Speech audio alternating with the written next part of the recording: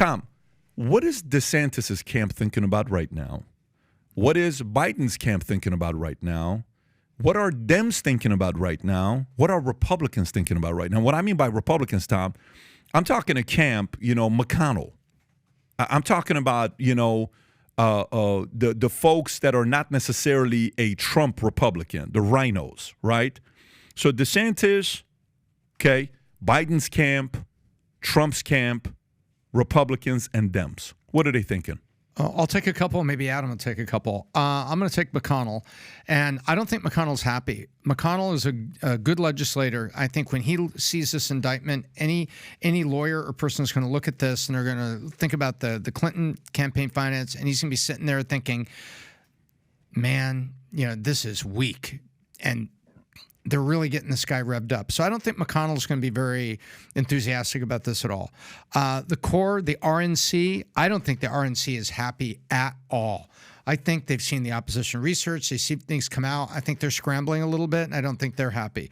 I think that I'll go to someone like Chuck Schumer. I think Chuck Schumer is going to put on a brave face in public, Pat, but I think behind closed doors, Chuck Schumer is raising eyebrows and maybe he looks a little bit like the Emperor of Japan. I fear we have wakened a sleeping giant. Because Schumer is smart and he's known Trump for a long time, and Schumer's a street fighter and he knows a street fighter when he sees him. And I believe that Chuck Schumer is sitting there. I fear we have awakened a sleeping giant. Sauce. I'm just thinking if I'm the Biden camp, I'm just reading The Art of War by Sun Tzu. And what's the famous quote? When your enemy is... Get out of his way. Just get out of his way. Yeah. Just don't even say anything. If you're Joe Biden right now, you just kind of let this circus play out because this is a circus. And, for me, this is a very sad day for America because I was generally waiting until 2024, until the nonsense of political season basically kicked off. But this is the kickoff of political nonsense season. So more than anybody, I'm sure there are a lot of people on the left that are celebrating this. I watched Stephen Colbert the other day, and you're talking about someone who used to be, when he was doing the Colbert Report and Daily Show, just such an awesome, just instinctual comedian. At this point, to be a great comedian, you need to basically have the art of surprise, but there's no surprise at this point. He basically, this was Friday, the news came out that the indictment was coming out.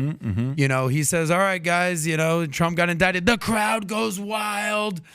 And for me, that's a sad situation because more than anything, I care about America. What do you think our enemies, like our actual enemies, are doing right now? When China is looking at us right now, when Russia is looking at us right now, when Iran is looking at us now, you're saying, this is what you stand for, America? This nonsense right here? And it's just saddening to me because our enemies are basically looking and being like, this fucking circus of a country is just getting worse and worse and worse. And that's what they want. And I do agree that no one is above the law, but I also agree that nobody should be targeted by the law, right? And I think that's what a lot of people think is happening right here, because this is about hush money payment to a porn star. Okay, there can be arguments made because, correct me if I'm wrong, this isn't the end of the investigation season of Trump. They're going to be investigating him still for January 6th. They're still investigating him for that phone call he made to Georgia, find me 10,000 votes. There's going to be more to come. And the fact that this is where we're at in this country is that the president has been arrested and charged for hush money to a porn star. And they're using all sorts of legalese, and everyone's going to give their million different opinions. But at the end of the day, Donald Trump has been arrested for his interactions with a porn star. You know, it's wild. While all of this is going on, we're having a live podcast on Thursday with Giuliani and Rubin. Yeah. If there's anybody qualified enough to talk about what's going on with this for that Thursday night podcast that we're having, it's going to be Rudy, because he's gone through this mess so many times the last 50, 60 years. But to me, while you see something like this, are Republicans sitting here saying the following? The Republican voter, or the Republican voter saying, man, shoot, okay, so let's just say we get Trump. Even if Trump gets only 4 years, he's not going to get 8 years to create momentum. He's going to get 4 years. And after his 4 years, would Trump be willing to help DeSantis get 8 years? So for it to be 12 years, because DeSantis is going to end up being a president, 70-80% chance he's going to be a president. Is it this time, 4 years, 8 years? Nobody knows. But is he willing to do that? And if he does, are they going to let him do what he needs to do in 4 years? Or is it going to be like this every day? Every day Trump tries to pass a bill, a law, whatever. Every day they're going to say, do you know this came up? Do you know that came up? And the average Republican voter is saying, dude, do I really want to mess with this for another 4 years? Then the MAGA voter is saying, no, this is exactly the guy that's going to get the job done. Who else do you want to put in there? Okay? The moment they're done getting rid of him, they're going to target DeSantis next. So whether you like it or not, they're going to target anybody that's on the right side. This is the right guy to come and get the job done. For you as a voter, how do you process this as a voter? You're a guy that's a policy guy, okay? You're not a guy that's like, you're more about who can get the policies done and get the job done. How does this get you to be concerned about whether any of the policies that need to be get done, will he be able to do that in that 4-year period? Well, yes, I'm a policy guy, and on one hand, but over the last 2 weeks, as this has been slowly, coming to a boil, and I've been, I don't just look at certain media and get myself revved up because I'm only looking at NBC, and 80% of that goes one way, and it frustrates me. I'm looking at this now, saying, you know what? This country needs to fight, and we need to fight back and against what is slowly becoming this standard. And you don't do that mildly. You don't do that with policies. You have to do that very deliberately and very strongly. And we saw it happen with the Tea Party. We saw it happen with Reagan. Go back and take a look at this country, the Reagan-Carter election. Didn't have the internet, didn't have all that, but there was a lot of tension. There was a lot of stuff going on. And it took a strong force to come back and drive it. And so, yeah, policy people may work in a bipartisan way, but Pat, that's only when Congress is functioning as a bipartisan cooperative Congress. If they're not, then you need the strength. You need to draw the line. You need to hold the line. And it's a new world we live in, and I am a very, pissed off voter right now with what I'm seeing. I'm angered to action, not to revenge, but I'm angered to action, really forcefully. I'm not going to go lightly with friends and family that I talk to. I'm going to be very logical, I'm going to be Tom, but I'm going to be pretty direct with them about what are you standing for? This is not a mamby-pamby time. This is, you got to say, this is your country. This is what you want.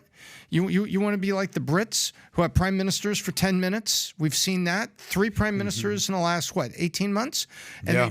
And over what? Well, we didn't like Brexit, and Boris is a drunk. Okay, 3, 2, 1, and a vote's out. You want that? You want a revolving door, or you want leadership and people get shit done? Excuse me. That's where I'm at right now. Shit's real when Tom is cursing. Yeah, exactly. I think you hit the nail on the head. Is that like looking ahead? What do the next 4 years look like with Trump? And one can argue that it's going to be even uglier on both sides after all this plays out. Because, Trump's famous for saying, if you come at me, I'm going to come at you 100 times harder, right? So let's say he's acquitted from this, right? So let's go best case scenario for Trump. He's acquitted.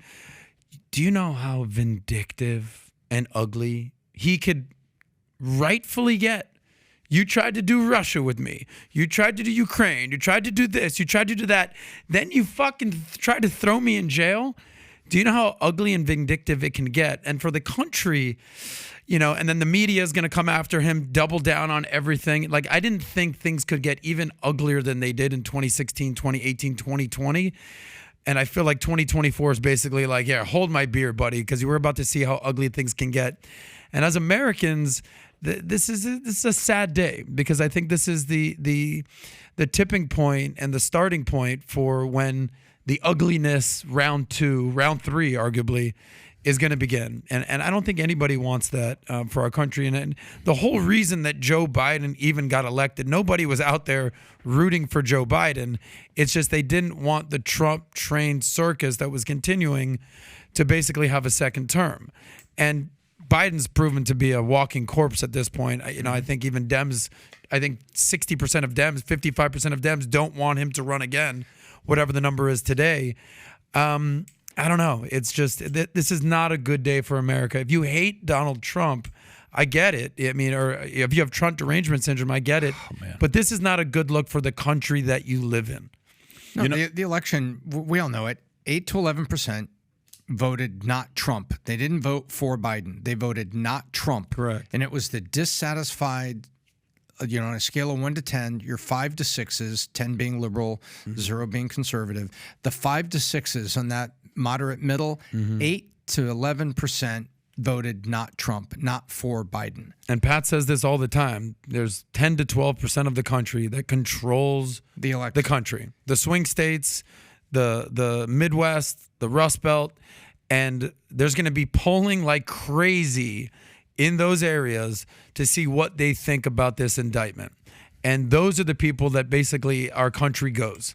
So we'll see what they have to say about this matter. We all know that 40-something% of the country loves Donald Trump and 40-something% of the country hates Donald Trump. And that's not changing. So if you like this clip and you want to watch another one, click right here. And if you want to watch the entire podcast, click right here.